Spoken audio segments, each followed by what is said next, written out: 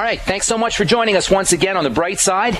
Continuing on just a little bit more about fructose malabsorption syndrome. If you're thinking that you may have an issue with fructose, but you're not sure, if you have an autoimmune disease, if you have skin issues, if you have mental health issues, if you're an insomniac, if you're dealing with chronic fatigue, if you can't lay off the sugar, if you can't stop eating, if you have digestive health issues, and especially if you have a combination of any of these problems, you can at least suspect fructose malabsorption issues, fructose malabsorption syndrome. Now, if you want to find out for sure if this is a problem for you, there's a couple things you could do to confirm a fructose malabsorption diagnosis. First of all, you can have a hydrogen breath test done. That's where you eat a bunch of fructose, and then you have your breath measured for bacterial outgassings, hydrogen in your breath.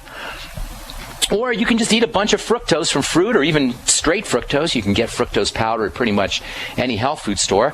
You can eat a bunch of fructose, and then you can see how you feel. If you have fructose malabsorption issues, you are going to know it. You'll be bloated, you'll be gassy, and you'll be uncomfortable 15, 20 minutes or so after you ingest a whole bunch of fructose. By the way, if you're diabetic, you may have been told that fructose is safer as a safer sugar for you to use than glucose. I remember as I was growing up, and even when I was in pharmacy school, diabetics were always under the impression they could eat all the fruit they want because fructose, for some reason, was not a problem for diabetics. That's because fructose is handled primarily by liver processing rather than by insulin.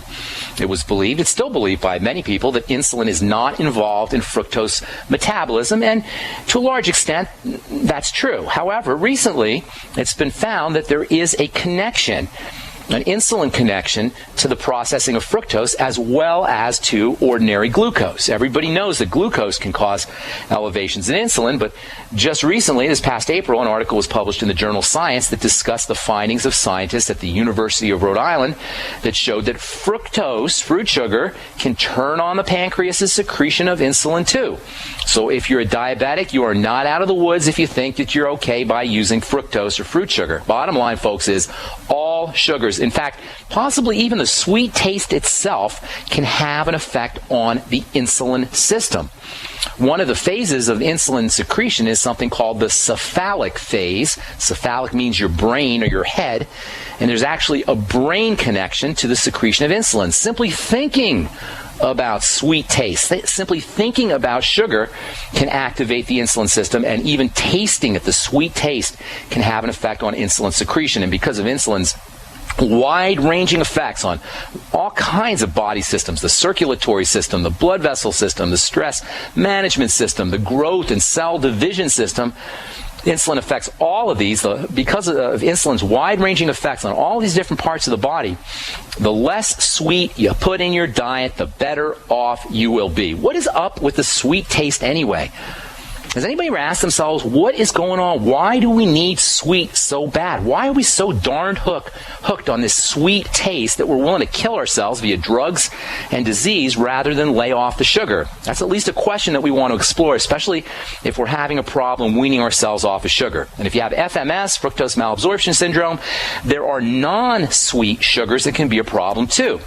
In nature, fructose is stuck together in long chains. Glucose as well is stuck together in long chains. Sugar comes in long chains. They're called poly, for many, saccharides, or some people will call them oligo, which also means many, oligosaccharides. So in addition to the single links in the chain, that's what fructose is, some people can have sensitivities to the long fructose chains themselves. These long fructose chains are called fructans.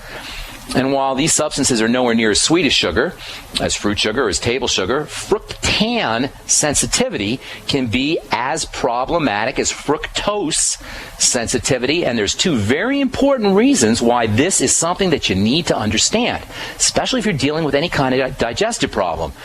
First of all, human beings can't turn fructose or fructans into fructose. That means unlike fructose pieces, those little single pieces of sugar, which are really sweet, you're not going to get a lot of sweetness in fructans. You may not know that you're ingesting a lot of fructans, and you may think you're eating really well. Some of the most important sources of fructans are veggies like broccoli and onions and garlic, and they're not sweet at all.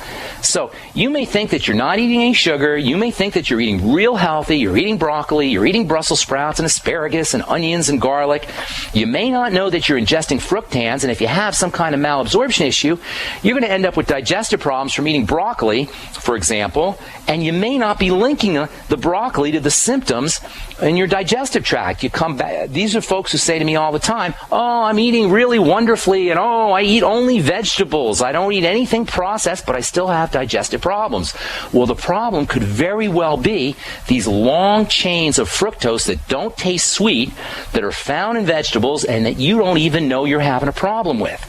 And this brings us to the second important point about fructan malabsorption, and that's the fact that there are a lot of foods that are supposed to be good for our health, i.e. vegetables, that can really mess up our digestive system if we are predisposed. You can be a vegetarian. You can be staying away from processed foods. You can be eating only raw. You can be doing all the things that you think you're supposed to be doing correctly, but if you have fructan malabsorption, you may still be having a digestive problem.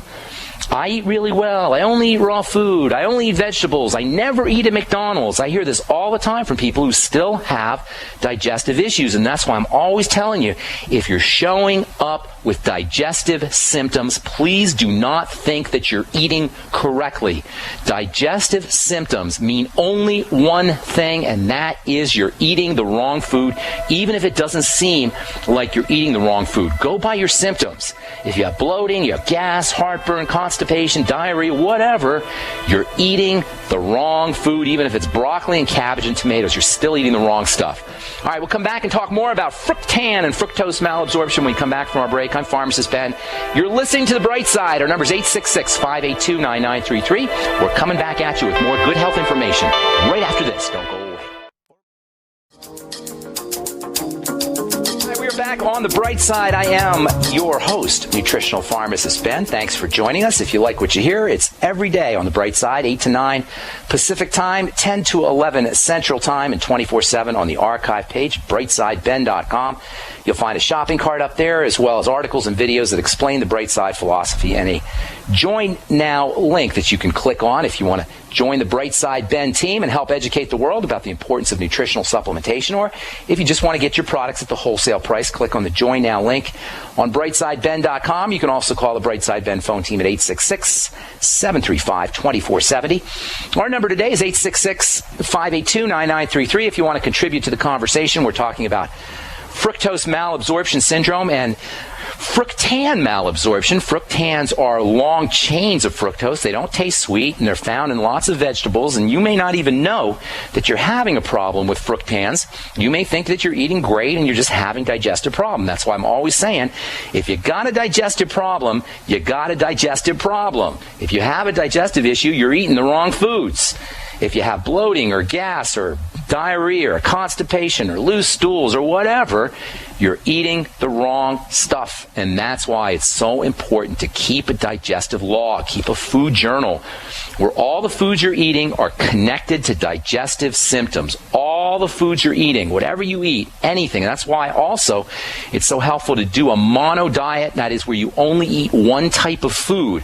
Instead of having apple pie, just have apples. Instead of having a peanut butter and jelly sandwich, just have peanuts. Instead of having chicken marsala, just have a little piece of chicken. Instead of having a big complicated chef salad, just have some cucumbers. That way it's easy to isolate what foods are causing what problems. By the way, all the cruciferous vegetables, which most people consider, including myself, most people consider these vegetables to be very, very medicinal. I consider them to be very medicinal. Brussels sprouts, cauliflower, broccoli, bok choy, The cruciferous vegetables are especially high in fructans. So are onions and garlic, so are mushrooms. Peas contain a good amount of fructan, and so do sweet potatoes, and so do avocados. These are all foods that are normally considered to be healthy foods. But if you have fructose or fructan malabsorption problems, you could very well be reacting to even these very important foods. One of the sneakiest places where you're going to find these fructans is in snack bars and protein bars and energy bars. Food processors love fructans because fructans are considered to be a form of fiber. So these kinds of foods can be used as fillers, and they can be expanders, and you can see commercials on TV that tell you about how wonderful the food is because it has lots of fiber, but if you have fructan malabsorption, you can react to these kinds of foods. Fiber One snack bars are a classic example. If you look at the ingredient deck of a Fiber One snack bar, and by the way, you should always be looking at ingredient decks, especially in processed foods. If you look at an ingredient deck of Fiber One snack bar, the first ingredient you're going to see is chicory root extract. Now, how could anyone who is not a nutritionist or not a food chemist know that chicory root extract is just another term for fructan? Sometimes fructan will be called oligosaccharide. Sometimes fructan will be called inulin. Attention, anyone with digestive symptoms, be an ingredient deck reader and know your ingredients. Another hidden source of fructans is grains, especially wheat. Barley contains fructans, rye contains fructans. All grains are going to give you a little bit of fructans. Spelt contains fructans. Brown rice contains fructans. And remember, the odds are really good that you are one of the folks who's going to have a problem with fructans or fructose. 1 out of 3 Americans is dealing with FMS, fructose malabsorption syndrome. And if you have any digestive health issue, if you have IBS or Crohn's disease or ulcerative colitis, the odds are even higher that you have a fructose or a fructan malabsorption issue. This is one reason why I say avoiding grains entirely is a much more effective dietary health strategy than just going gluten-free. For everyone who has digestive health issues, if you are dealing with any digestive health issues, stay away from grains. You don't need them.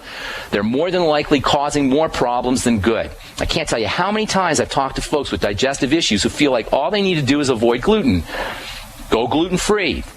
You see all these gluten-free foods out on the supermarket, and people think I can have my gluten-free brownies, I can have my gluten-free pizza, I can have my gluten-free beer, I can have my gluten-free whatever, not realizing that there's all kinds of other things, including fructans, in these grains and flour products that can be a problem. Sometimes even well-meaning healthcare practitioners will fall into the same trap when they tell their patients to go gluten-free. Gluten is just one of the problems associated with grains. And by the way, food processors are really guilty of taking advantage of this gluten-free mania. The only way to know if you have a problem with a certain food is to eat that food and see how you feel. Eat a lot of the food and see how you feel. Spend the whole day just eating grains. Spend the whole day just eating fructose. Spend the whole day just eating one type of food that you suspect is a problem and see how you feel.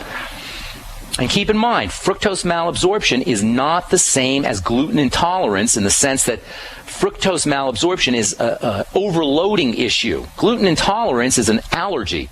The body just can't handle, there's an immune reaction to gluten. When we talk about fructose malabsorption, we're talking about the body not being able to handle that much fructose. The fructose transport mechanisms become overloaded. Gluten intolerance is an issue of allergy, which means that even if you have a tiny little bit of gluten, you're going to be susceptible to gluten intolerance. On the other hand, with fructose malabsorption issues, small amounts of fructose or small amounts of fructan may be tolerable, but once you start getting into more fructose or more fructan, that's where you run into the problem.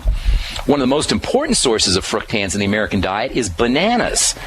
According to an article that was published in the Journal of Nutrition in July 1999, bananas account for almost 3% of the total dietary fructan consumed by Americans. In fact, next to onions and garlic and grains, most of the fructans that Americans consume comes from bananas, which, after apples, is America's favorite fruit. Another interesting idea when it comes to fructose malabsorption is the relationship between glucose and fructose. As it turns out, a little bit of ordinary glucose, which is the main sweetener in table sugar, is going to help the body handle fructose. And for this reason, you never want to be using a food that has more fructose than glucose. If you're just eating fruits and natural foods, that's not going to be a problem. However, if you're eating a lot of processed foods that contain high fructose corn syrup, that will be a problem. High fructose corn syrup is usually around 55% or more fructose compared to glucose, and there's a lot of hidden sources of high fructose corn syrup. If you're eating processed foods, if you're drinking a lot of soda pop, chances are you're ingesting a lot of this high fructose corn syrup stuff. And if you have FMS, be warned. No matter what the commercials are telling you about how natural high fructose corn syrup is and how high fructose corn syrup is just corn sugar and it's all the same as sugar, it is absolutely not, especially for folks with fructose malabsorption syndrome, because of the higher concentration of fructose, because there's more fructose than glucose in high fructose corn syrup. All right, there's one last thing that I want to tell you about fructose malabsorption syndrome, and that is in its connection with something that may be the single most important substance in the body. Certainly when it comes to anti-aging, a case could be made that this is the most important stuff in the body. And if you're dealing with FMS, there's a good chance that you're not going to be making enough of this stuff, and it's going to have a large role to play in accelerated aging. We'll tell you what I mean when I come back from our break. Actually, we'll talk about it in our next Bright Side episode. When we come back, we'll get your phone calls. I'm Pharmacist Ben. You're listening to The Bright Side. All right, we're back on The Bright Side. I'm Pharmacist Ben. When we come back on our next Bright Side episode, I'm going to tell you about this anti-aging compound that is related to fructose in the sense that if you're dealing with an FMS issue, fructose malabsorption issue, you could very well run deficient in this very important anti-aging compound. This stuff is important for brain health, for mental health. It's important for the digestive system. I'll tell you what I mean when we come back on our next Bright Side episode, so you're going to want to tune into that, especially if you're dealing with fructose malabsorption issues. Our number is 866-582-9933. We got full boards, and if you want to get on board, wait till somebody disconnects, wait till we let go of somebody, and then that's your cue to give us a shout at 866-582-9933. All right, let's go to Texas for our first call of the day. George, welcome to The Bright Side. What's up, buddy? Morning, Ben. Greetings, George. The thing is, I bought a tangy tangerine 2 weeks ago. It just came into the mail, and one thing I noticed, like I say, I got a little surge of energy, but one of the immediate effects of taking tangerine is I started sleeping well and getting a good night's rest. Wow. And before that, I had fitful sleeps, and I got up 3 or 4 times a night. And ever since taking tangy tangerine, I slept a full 7 hours. Very nice. Well, one of the reasons that we don't sleep as well as we might is because of stress hormone, cortisol, and cortisol surges under conditions of malnourishment. So once you start getting good nutrients, your cortisol levels will stabilize, and it makes sense that you're going to get a good night's sleep. Thanks so much for sharing that, also, George. too, I would have hypoglycemic encounters where I would eat sugar in my system, and I haven't put sugar in my coffee, but a tangy tangerine leveled off my blood sugar. That's awesome. Thank you for sharing that, George. That's two good things. That's 2 nice points. Number one, you're going to sleep better, and number 2, it'll stabilize your blood sugar. And by the way, they're both connected. A lot of times we run into low blood sugar in the middle of the night. Our body is constantly processing and doing metabolic work, and that costs us sugar.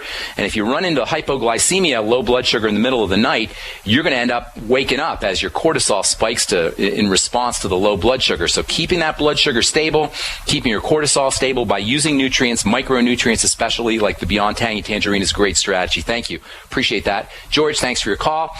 All right, let's go to, stay in Texas. Tricia, what's going on? Yesterday, I know that you gave a dosage for children on the Tangy Tangerine. But what age can you start that at, that and the OsteoFX? Well, I wouldn't necessarily. I don't think the OsteoFX is necessary for kids.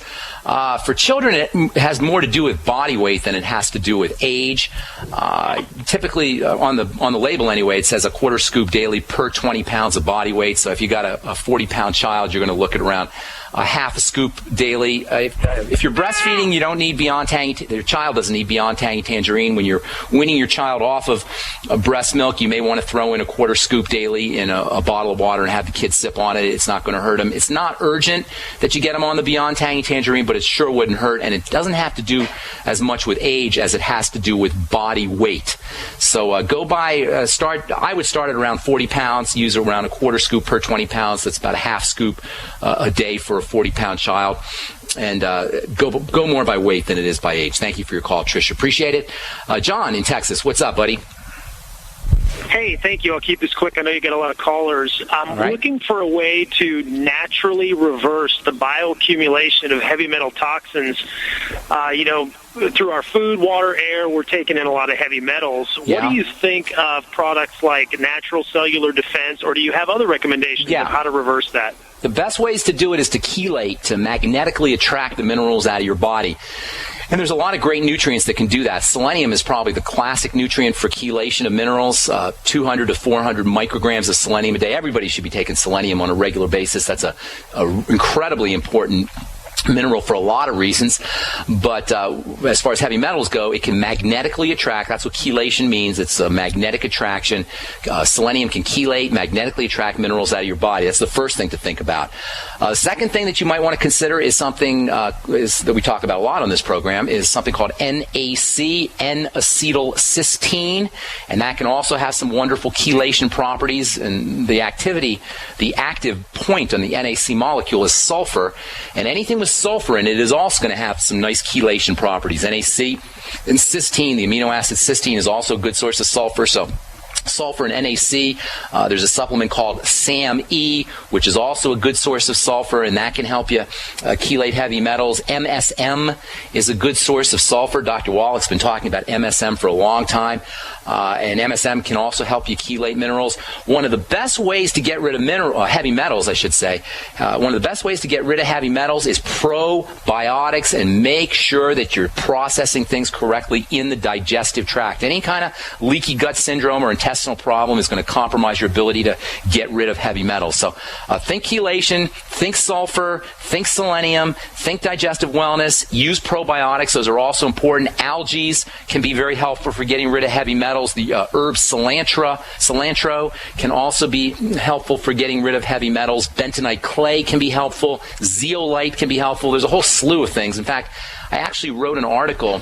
I'm not sure where this article is posted. It might be up on my website, brightsideben.com. It has a bunch of options for you for getting rid of heavy metals. Actually, it might be at pharmacistben.com. I'm not sure where I put that up, but there's a lot of options for helping you get rid of heavy metals. Don't forget about plain old water. After your body processes the heavy metals, it dumps them out through the water system, and you need to be drinking a lot of water to make sure that happens. So something as simple as drinking water can also be helpful for processing heavy metals. And oh, by the way, I still am getting letters from people who think that there's heavy metals in the Beyond Tangy Tangerine. Let me be very clear about this, folks. There are no heavy metals in Beyond Tangy Tangerine. The arsenic and the aluminum and whatever other minerals you see in this stuff is plant-derived. It's not heavy metal.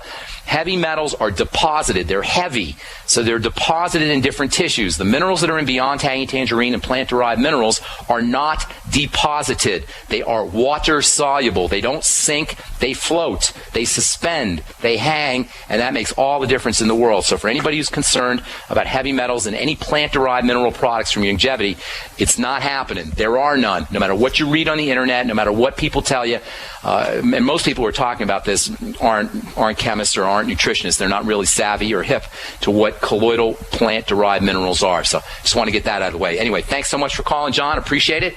Let's see. Karen, what's going on, girl? I'm calling about my boyfriend's chronic nasal congestion. I'm at my wit's end, and he's presenting with some other symptoms that may or may not be related. Okay. And he had asthma when he was a kid. Okay. He's been tested for food allergies, and they didn't find any. He had maxillofacial surgery, and they also corrected a deviated septum. It helped a little bit, but he's still getting it every single day. Are you a healthcare professional, Karen, by any chance? I am not. You're not a healthcare professional, okay? Because you sounded like you knew a few things. Well, here's the deal. If you have sinusitis, especially if it's in conjunction with asthma or a history of asthma, you most certainly have a food allergy or some kind of activation of the immune system, which is more than likely a food allergy. It doesn't matter if you've been food allergy tested, and this is so important to recognize. Food allergy testing is not infallible. First of all, the laboratories that use food allergy testing makes mistakes all the time. Secondly, just because you're not allergic to something in a test tube or a petri dish doesn't mean you're not reacting to it in your body. I'll explain more about what I mean when we come back from our break. So hang tight, Karen. Got a couple lines open for you if you want to get on board. 866-582-9933 is our number. I'm Pharmacist Ben. You're listening to The Bright Side. We're coming back right after this.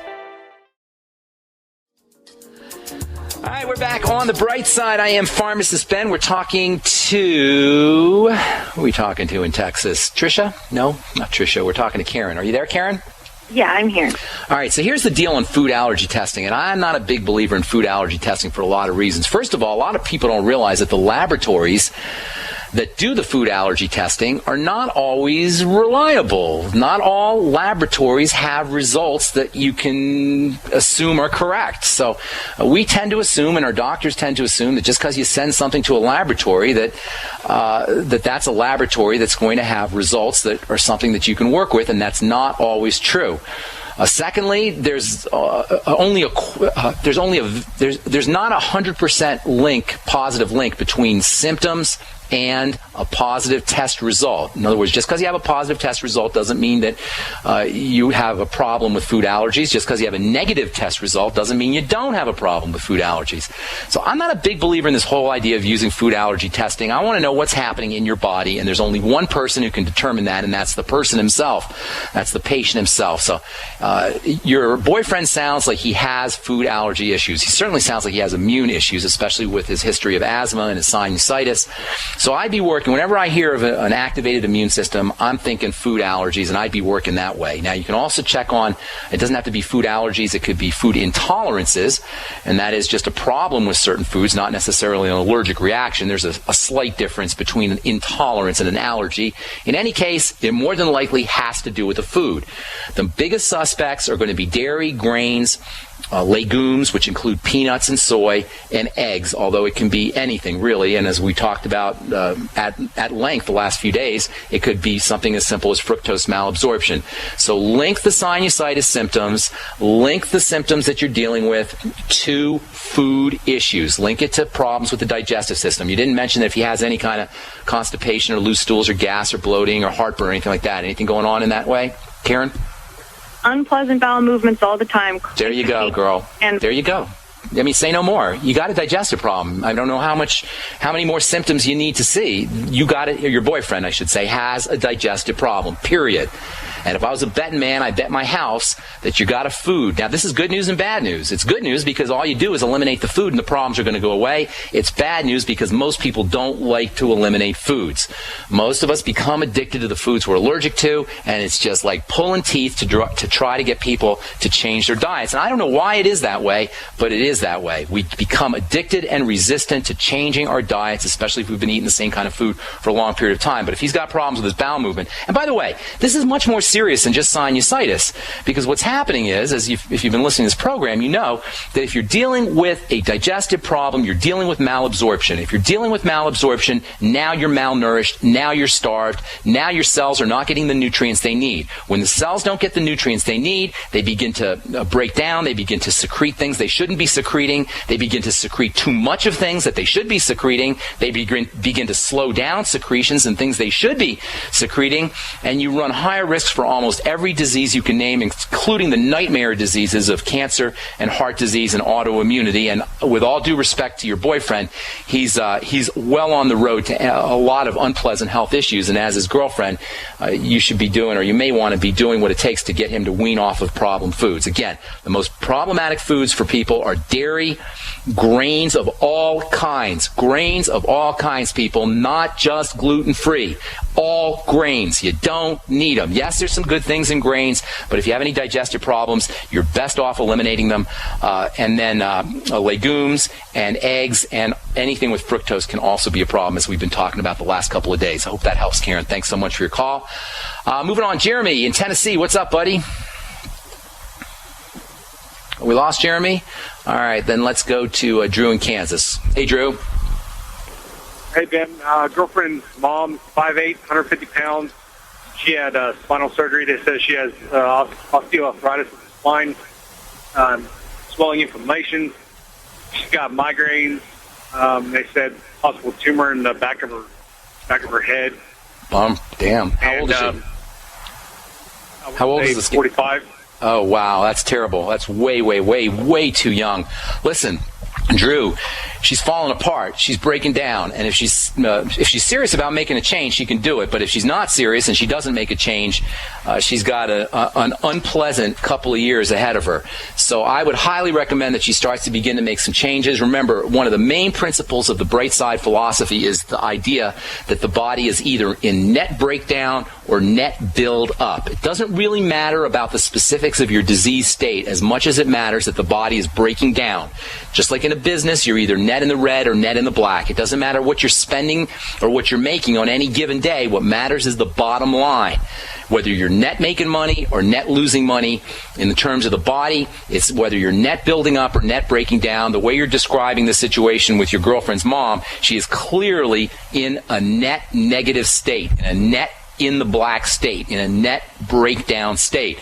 So in order to reverse this downward spiral that she seems to be going into, you don't need to address the osteoarthritis, you don't need to address the tumor, you don't need to address any of the other health issues that she's dealing with. What you need to address is the breakdown, and there's only a couple reasons why the body breaks down. The most important involves inflammation and the immune system. This is the most important reason, in fact it may be the only reason why the body breaks down.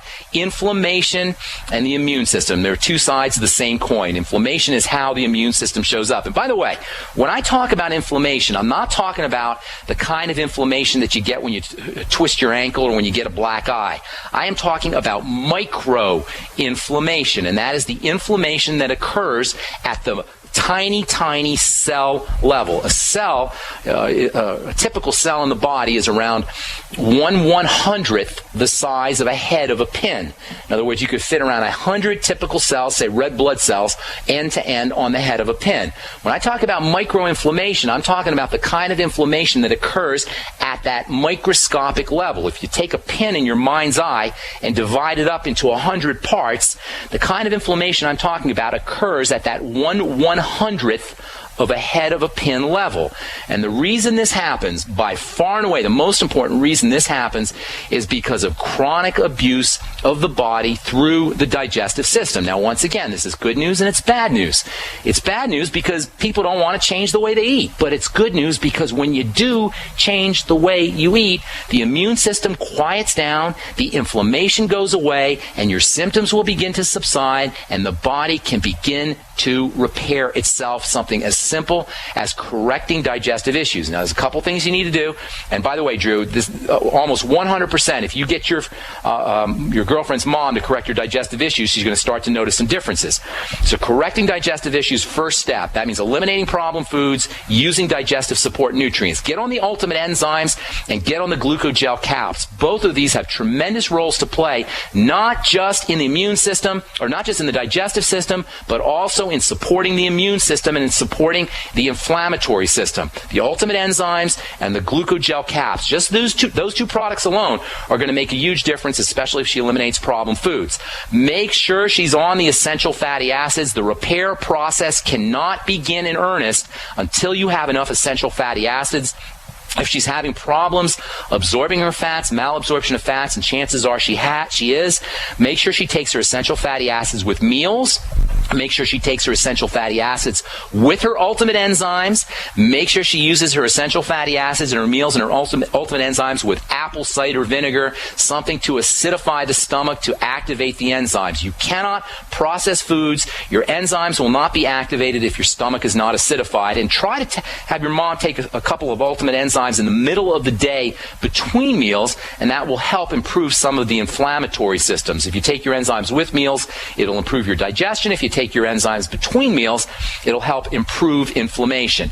Make sure she's getting quality protein. Get on the Slender FX. Get on some kind of whey protein supplement. Use your whey protein, or have her use her whey protein with digestive enzymes. It wouldn't hurt her to get on the OsteoFX. In fact, just have her get on the Healthy Start Pack. It'll get her Beyond Tangy Tangerine, her OsteoFX, and her essential fatty acids. In conjunction with correcting digestive symptoms, keeping an eye on the connection between certain foods and digestive symptoms, chances are, Drew, your mom can, or your girlfriend's mom can improve her symptoms pretty darn quickly. And thank you so much for your call. Thank you to everybody for your calls. I appreciate all you guys. I appreciate all our letter writers. I'm Pharmacist Ben. If you want to learn more about the new longevity products, the ones I take and the ones I recommend, go to my website, brightsideben.com. Click on the Join Now link on the upper left-hand corner of the page. And for a one-time $10 fee, you can get on the team and help everybody understand how important a nutritional supplementation program can be, and get your products at the wholesale price. Stay tuned for Alex Jones next on most of these stations. Tomorrow, we'll tell you about the nutritional component that you're probably deficient in if you're dealing with fructose malabsorption syndrome issues. Stay tuned for Alex Jones next on most of these stations. We'll talk to y'all later, folks. Bye for now.